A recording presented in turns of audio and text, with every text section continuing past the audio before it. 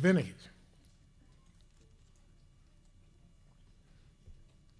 Who did they put out? Is my first question. Did they put out a person that had the plague of leprosy? Yes? Who said yes? Raise your hand. Don't need to grab the book now. Raise your hand. Who said yes, y'all? Well, the truth is they did not put anyone out that had the plague. They put out the man that's a leopard. That's the difference between a leopard and him that has the plague. Because once a man has a plague, if he's white all over, then he can cook your meal that night. You can go to the restaurant at PL's or at Hyatt Regency and he can cook your food because he's clean, because he's white all over. Now, if a man is a leopard, he can't cook your food because he's unclean. Now, what am I talking about? Let's get back to Numbers, the 13th chapter.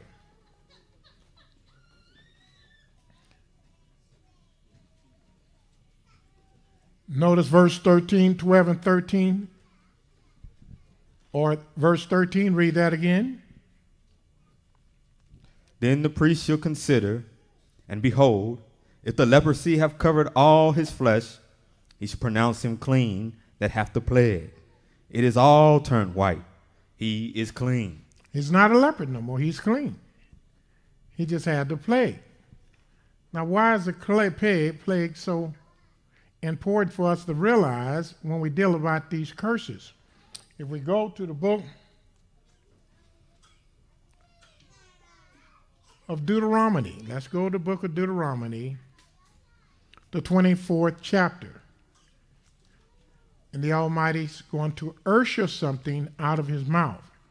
And we must understand what he's saying, because he told us to always remember.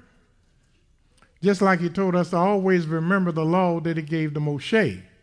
Just like he told us to always remember the Sabbath day, he told us always to remember this. And most of our people won't teach on this, but they teach on the Sabbath day because Yah said remember the Sabbath day. But if we go to the book of Deuteronomy, the 24th chapter, notice what verse 8 is saying. Take heed in the plague of leprosy. I want you to pay attention. I want you to take heed in the plague of leprosy, not the disease of leprosy, but in the plague of leprosy. That thou observe diligently. That you observe diligently. And do according to all that the priests, the Levites. And I want you to do according to all that the priests, the Levites shall command you to do. Everything they command you to do, I want you to do it. Because if you don't, remember, I want you to remember and never forget what I did to Miriam when you came out of Egypt. I don't want you to ever forget what Yahweh has done to Miriam. Now, what is it so diabolical that happened to Miriam that Yahweh never wants us to ever forget? If we go to the book of Numbers, the 12th chapter.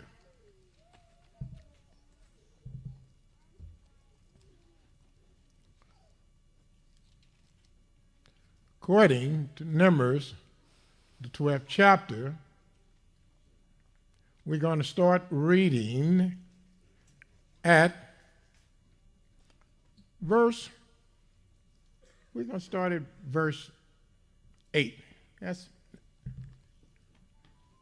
me see where we want to go.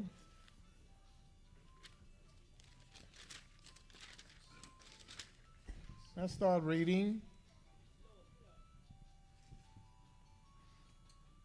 Let's start at verse 1. Numbers 12 and verse 1.